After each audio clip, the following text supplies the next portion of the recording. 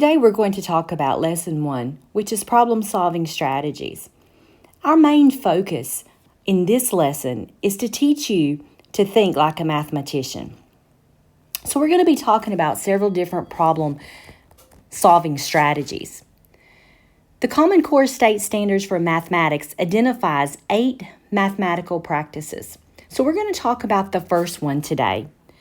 The first practice is to make sense of problems and persevere in solving them. As we're going through this PowerPoint, I would like for you to take the notes for Lesson 1 and make sure that you complete the notes that we have provided for you. Please make sure that everything that I have written in blue today in my PowerPoint is included in your notes. This is going to help you study and prepare for the test and also to be able to do your homework. So this first practice is to make sense of problems and persevere in solving them. One of the common things that you hear as a teacher is that students hate to solve word problems. And it's because sometimes I believe that they're expected to know how to solve that word problem just by reading it. But what we're trying to teach you today is that sometimes you're not going to know where to get started. We're going to teach you some different methods on how to get started in some of these word problems. Our goal is to help you develop skills that's going to help you to become a better problem solver and to help you to solve problems. Because that's the one thing about math. You're going to be introduced to problems that you've never seen before, but hopefully you're going to be able to look back at some previous problems that you have ran across to help you in solving some new problems. So one of the main part of problem solving is to understand the problem. Understand what is being asked. If you do not understand what is being asked about the problem, you're not going to go in what direction to solve it. You also need to know what the solution should look like. Now, at any time that you need to pause the video to write down notes, please make sure that you do that. So in our OER textbook, when we begin to talk about problem solving, it talks about 2 specific vocabulary. One is problem and one is exercise. So we'd like to define those. A problem is something that you do not know how to approach solving. You may read it, and at first you don't know which direction to go. You've got to think about it. Think about what strategies to use. The second type is what we call an exercise. This is something that you're more familiar with, something that you've probably seen before, and in an exercise, you're more than likely just practicing a skill. Here's the hard part about being a teacher. You have to understand that as a teacher, there are going to be some students in there who, when they see an exercise that you have given them or a math problem that you have given them, they're going to see it as a problem. They have no understanding of how to even approach solving it. What is a problem for some of those students may simply be an exercise for another student. Maybe they have more background knowledge, maybe they've seen the problem before, and teaching to a level where you're able to be effective for those who view it as a problem and those who view it as an exercise is part of the challenge of being a teacher. But what I want you to understand is that even as teachers, even as mathematicians, even as students, when we're dealing with problems, it's okay to make false starts. It's okay to make mistakes. And it's okay to take a lot of scratch paper to do your work. It's okay to get it wrong. It's okay to try again. That's just part of the process. So we're going to take a look at each of these examples, and we're going to note, we're not going to worry about solving them. We're just going to determine if they're a problem or an exercise. Now, we are college students, so our backgrounds are probably going to be very similar. So we're going to look at problem 1. It says, what is the sum of 125 and 30? This for both you and I would probably be an exercise.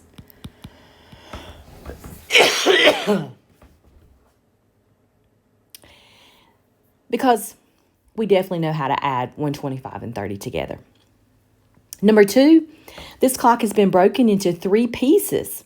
If you add the numbers in each piece, the sums are consecutive numbers. Consecutive numbers, we know, are whole numbers that appear one after the other, such as 1, 2, 3, or 4, or 13, 14, or 15. This is more than likely going to be a problem because this is going to take some thought. This is going to take some strategy. This is not something that just looking at it, I know the answer to it. I'm going to have to make sure that I understand what they're asking for, what the answer should look like, and it's going to take a little bit more cognitive thinking than just adding up 125 and 30. This was a very clear example of the difference between an exercise and a problem, but I want you to understand that as a teacher, sometimes in the classroom, finding the difference between the students who see something as an exercise and others as a problem is going to be a challenge for you. So let's talk about problem-solving strategies. The main thing that I want you to know is that, unfortunately, there's no simple recipe for problem solving. There's no one equation fits all or one process fits all. Every problem is different, and that's what makes problem solving difficult for you and I and for students. How do you get better at problem solving? There's a few things that you need to work on. First is by building background knowledge. I have always been an instructor who emphasized when teaching math that you must have a solid math foundation. If you don't have a solid math foundation, and you as early childhood educators do not provide a solid math foundation for your students, you're going to see them struggle as they go in higher classes. So our goal is to help them build a very strong background so that when we are problem solving, we have some background knowledge to build upon. We also practice, and practice. The more you practice problems, the better you get at it. The more you solve problems, the better you get at it. Learning how other people solve problems, learning how even other students in the class solve problems is a way to get better at problem-solving strategies. And you wouldn't think about it, but sometimes getting better at problem solving requires us to get the problem wrong. It's okay to get it wrong, but it's not okay to stop. This is what we're talking about. Persevering in problem solving. If you get it wrong, try something else.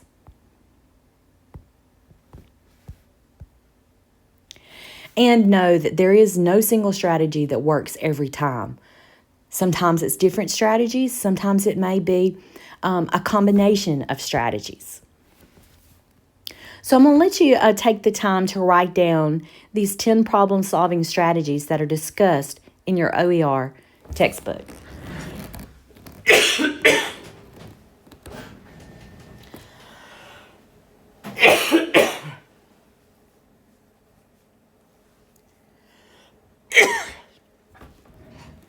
Excuse me. Number 1 is wishful thinking. 2 is try something. 3 is draw a picture. 4 is make up numbers. 5, try a simpler problem. 6, work systematically. 7, use manipulatives to investigate. 8, look for and explain patterns. 9, find math and remove content. And 10, check your assumptions. So we're going to be looking at these 10 different strategies today. And we're going to talk about how we can use these to solve problems.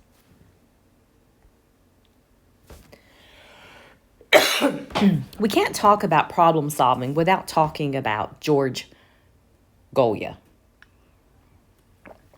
George Golia is a famous mathematician, and he is best known for his problem-solving strategies.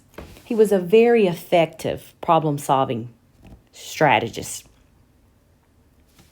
He wrote several books. One of his most famous books is called How to Solve It. And in this textbook, he talks about, or in his book, How to Solve It,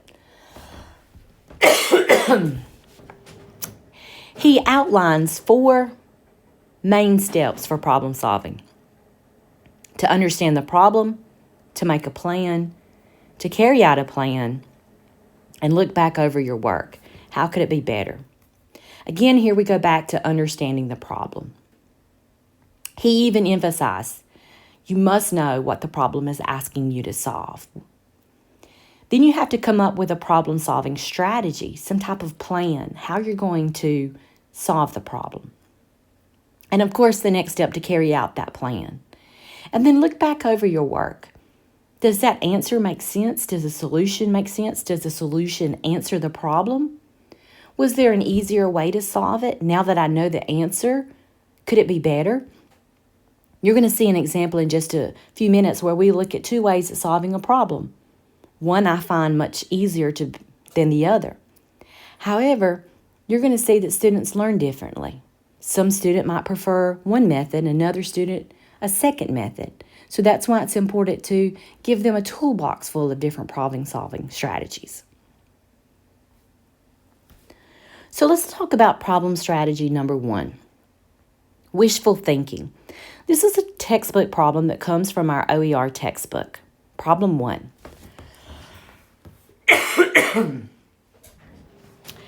It says, draw curves connecting A to A, B to B, and C to C. Here's the catch. Your curves cannot cross or even touch each other.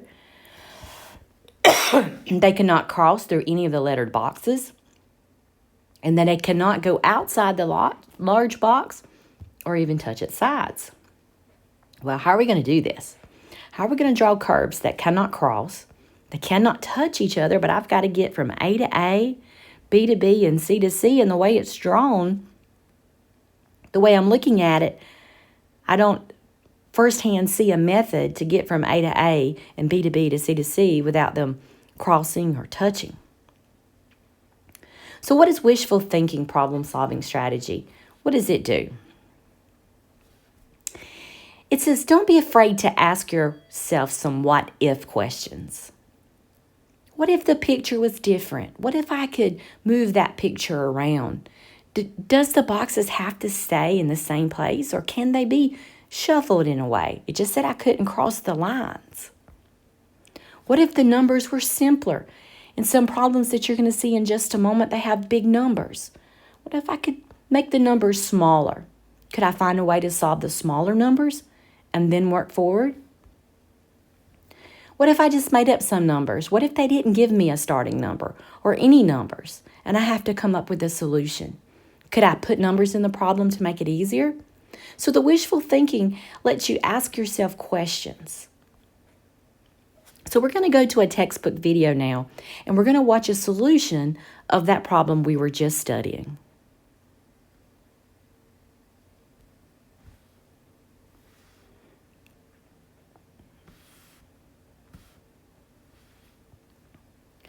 Try it again.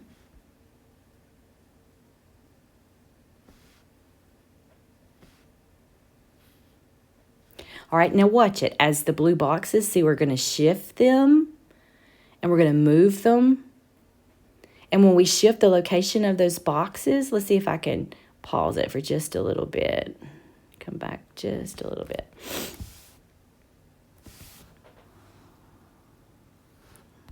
Okay, so I'm going to pause it just a little bit and look at this. When I first looked at the problem, I didn't think about shifting the boxes. But when I get to think about wishful thinking and I could move the boxes so that I could draw them, they didn't tell me that I couldn't move the boxes. And so when you move them, you can see that it's very easy to connect A to A, B to B, and C to C. So let's talk about the most important problem-solving strategy. The most important problem-solving strategy is to try something. And that is number 2. You got to try something. You may not know where to get started, but you got to get started somewhere. Try something. The whole point of problem solving is that you might not know exactly what to do right out of the starting gate. You might not know exactly where to start, but you've got to begin somewhere. You've got to try something.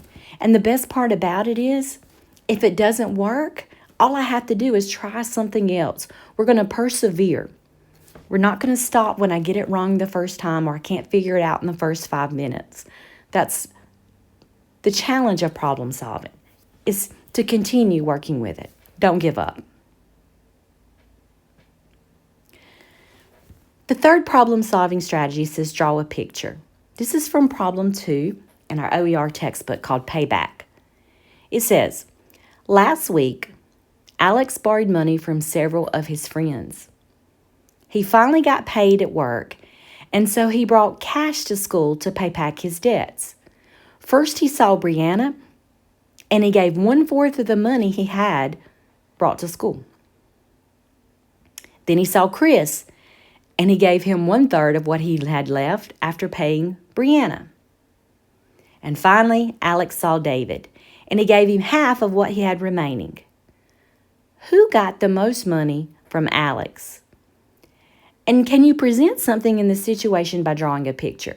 So we don't know how much money Alex started out with. They didn't tell us that. All we know is that when he saw Brianna, he gave her 1/4 of the money he brought to school.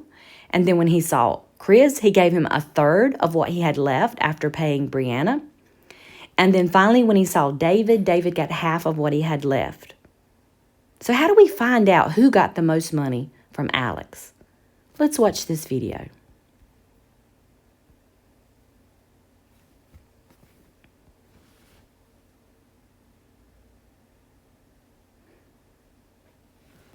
How to protect your house and family from dangerous intruders without a shot. So we're going to skip the ad. Here's a solution to problem 2, payback, using the strategy of draw a picture. The first thing we're going to do is represent the money that Alex brought to school by a shape, in our case, a square. Now, our first clue tells us that he gives 1/4 of this money to Brianna, and so we can shade 1/4 of the square in blue. What I've done here is remove the amount of money that was received by Brianna from the remaining money that Alex has now. And the next clue tells us that 1/3 of this remaining money went to Chris, which I have shaded in red. Now I have broken off the amount of money Brianna received as well as the amount of money Chris received.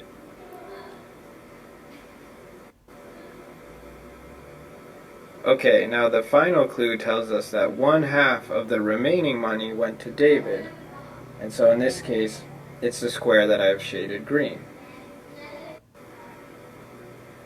Finally, if we compare the 3 squares, the blue, which is the amount of money Brianna received, the red, the amount of money Chris received, and the green, the amount of money David received, we easily see that they are all the same size, which shows that they all received the same amount of money, regardless of how much money Alex brought in the beginning.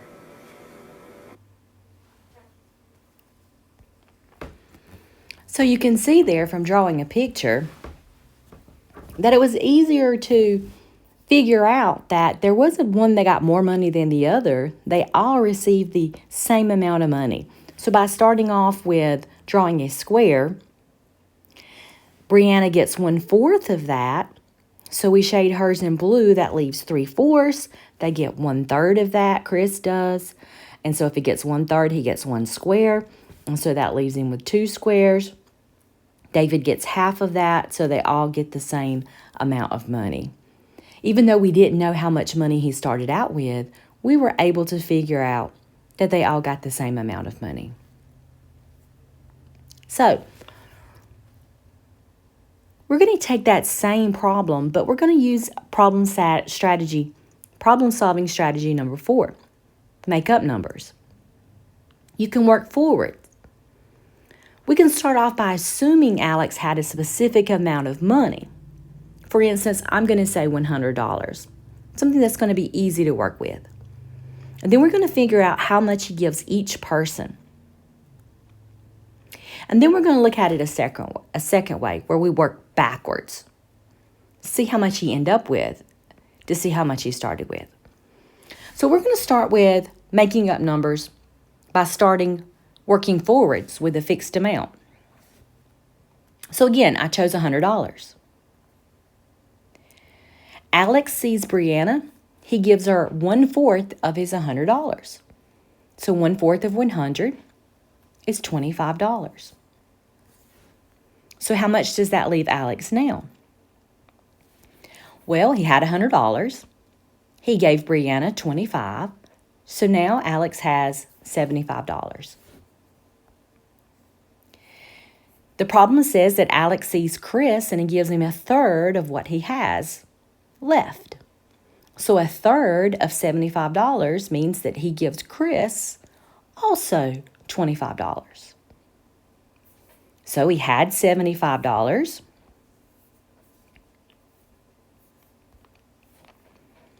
He gave $25 to Chris. So now Alex has $50. So he's give Brianna 25. He's give Alex 25. He's give Brianna $25. He's give Chris $25. And now Alex has $50 and he sees David. The problem says that he gives David half of what he has.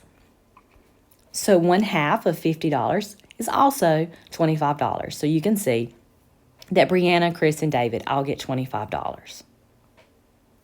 They all get the exact same amount.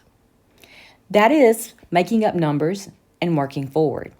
So again, we're going to do this problem, but again, we're going to do it a slightly different way in which that we work backwards. So let's look at it working backwards. This is where we see how much or give an amount or make up a number that he ends up with and go backwards. So we're going to assume that Alex has $10 left. The problem says that he gave half of his money to David. So that tells me that he had to have had $20 when he met David. So he had $20 plus the $10 he had left at the end for a total of $30 before he met Chris. He had $20 when he met David. He gave $10 to David, leaving him with $10. So $20 plus 10 is $30 when he met Chris. So he gave 1/3 of that $30 to Chris, which was $10. So before he met Chris, he had that $30 plus the 10 he gave Chris. So before that, he had $40 when he met Brianna, and he gave her 1/4 of that $40, which would also be $10. So he gave, in this problem, working backwards, he gave David $10, Brianna $10, and Chris $10. They all got the same amount.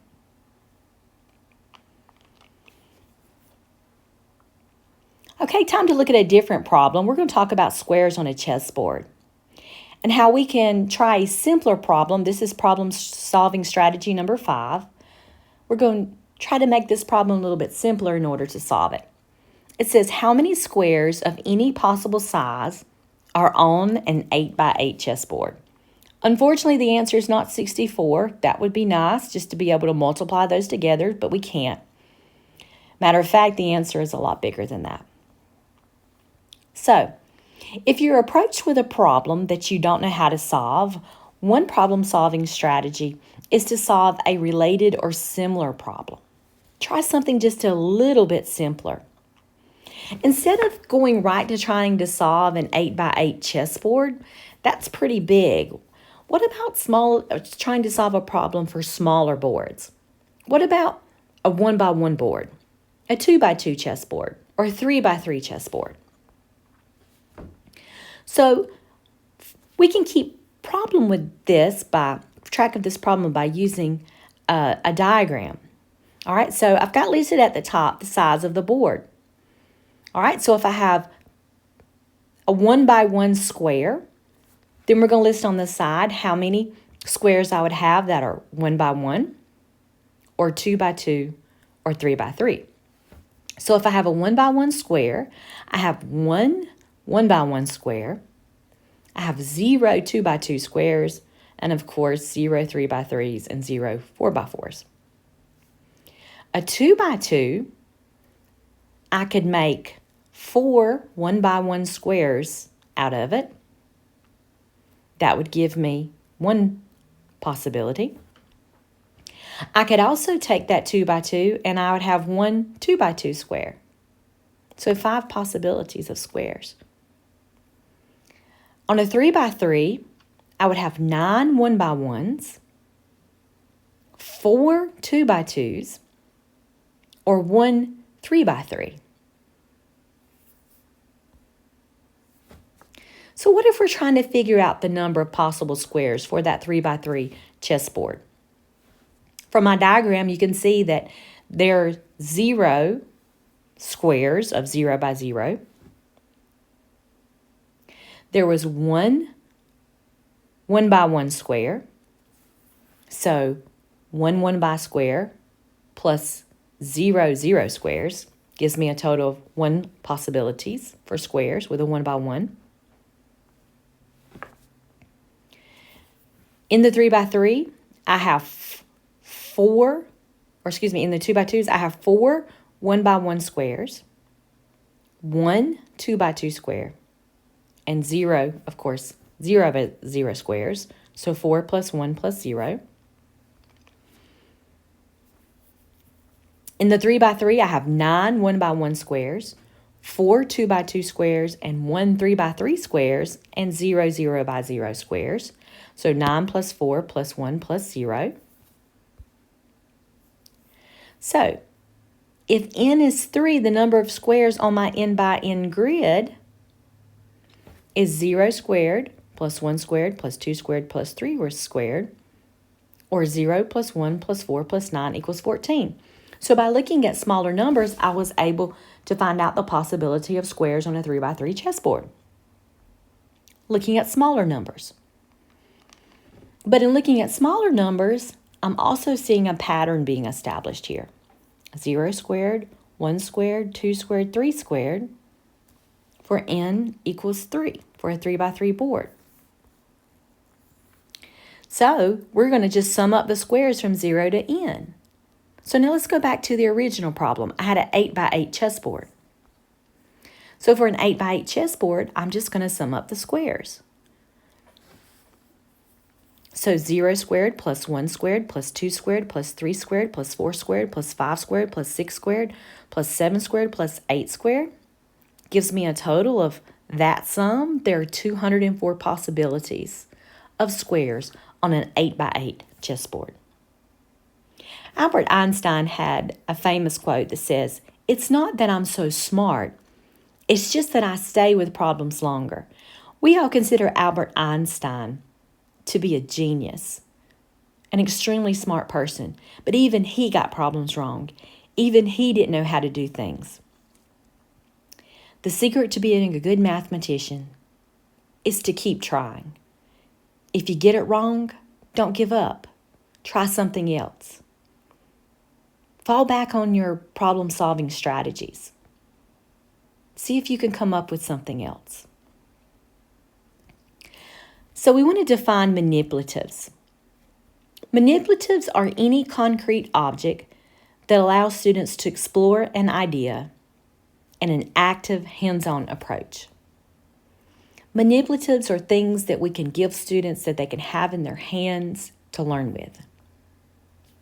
Some examples are base 10 blocks, counters, number lines, geoboards, corns, pattern blocks, fraction circles, and there's so much more.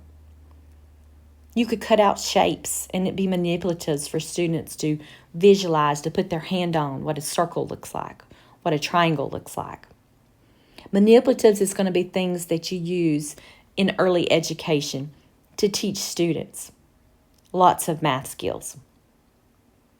Manipulatives is also a way or something that we could use to solve problems.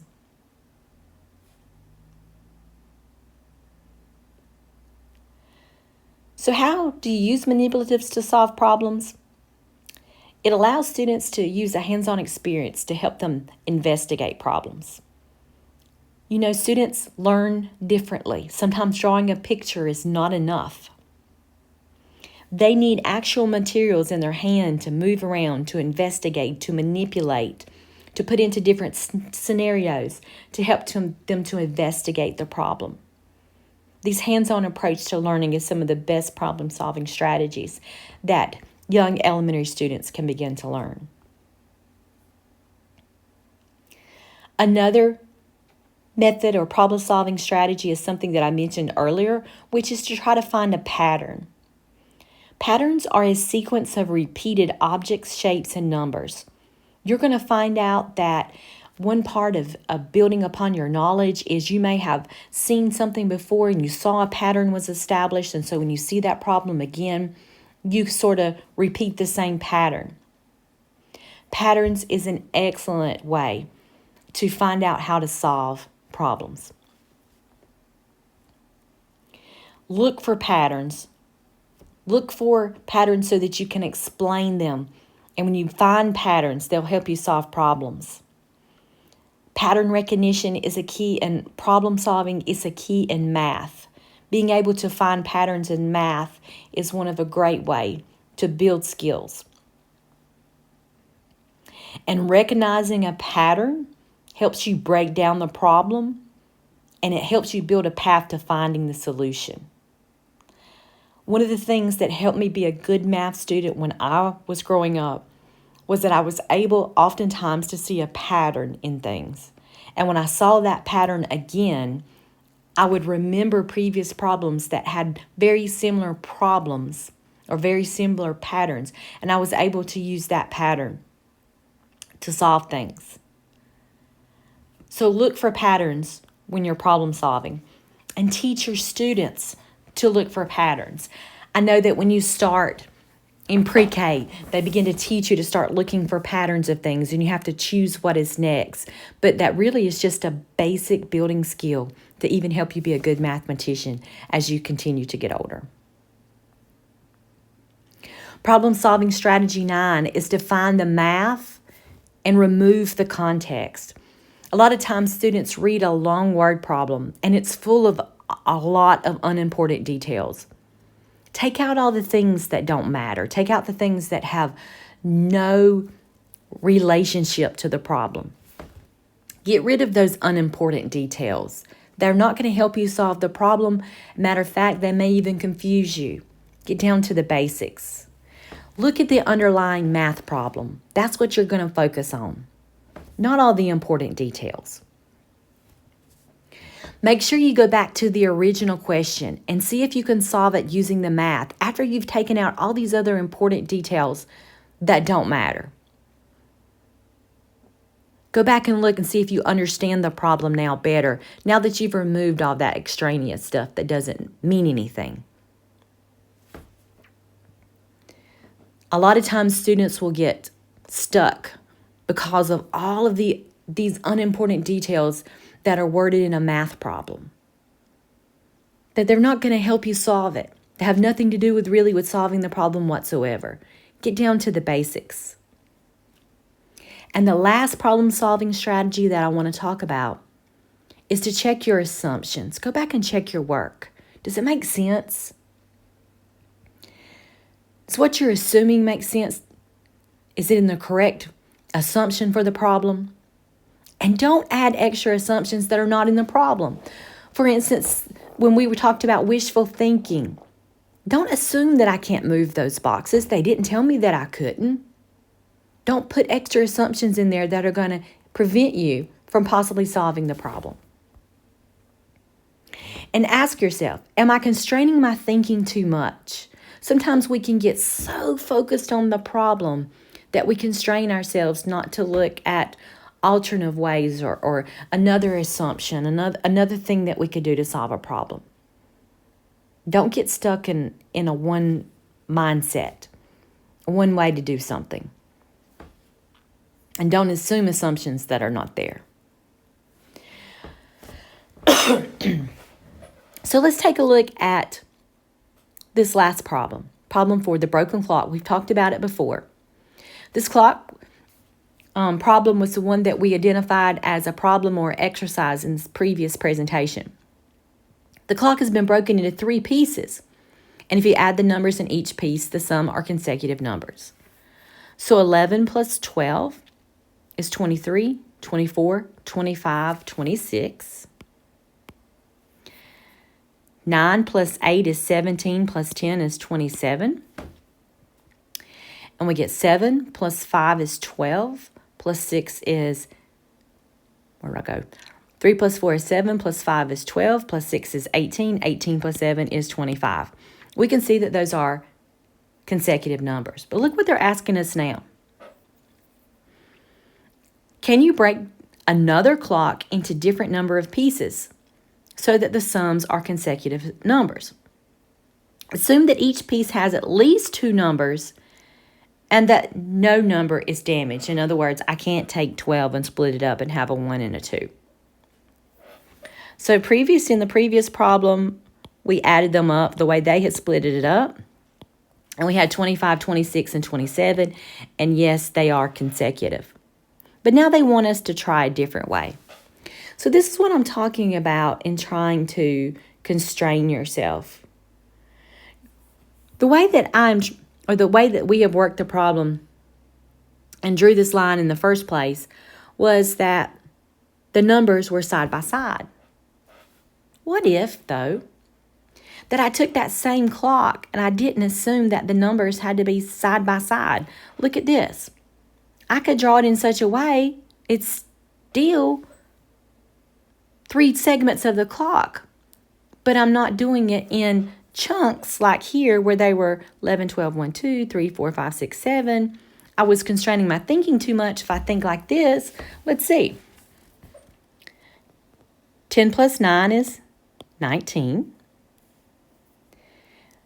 8 and 7 is 15. 15 plus 6 is 21. 4 plus 5 is 9. 9 plus 11 is 20. I have 3, 4, 5, 6, 18. So I get 18, 19, 20, and 21. I have at least 2 numbers. Okay, this is what the direction said. Assume each piece has at least 2 numbers, and we don't split any numbers. We didn't split any numbers, and they're all consecutive numbers. I just had to think outside the box a little bit, and that they didn't come in a method in which they were right beside each other. I wasn't making assumptions here that weren't there. We know that problem solving is difficult, but we're hoping that when we practice these strategies, it's going to make you a better mathematician. It's going to make you start to think more critically, think about different problem solving strategies.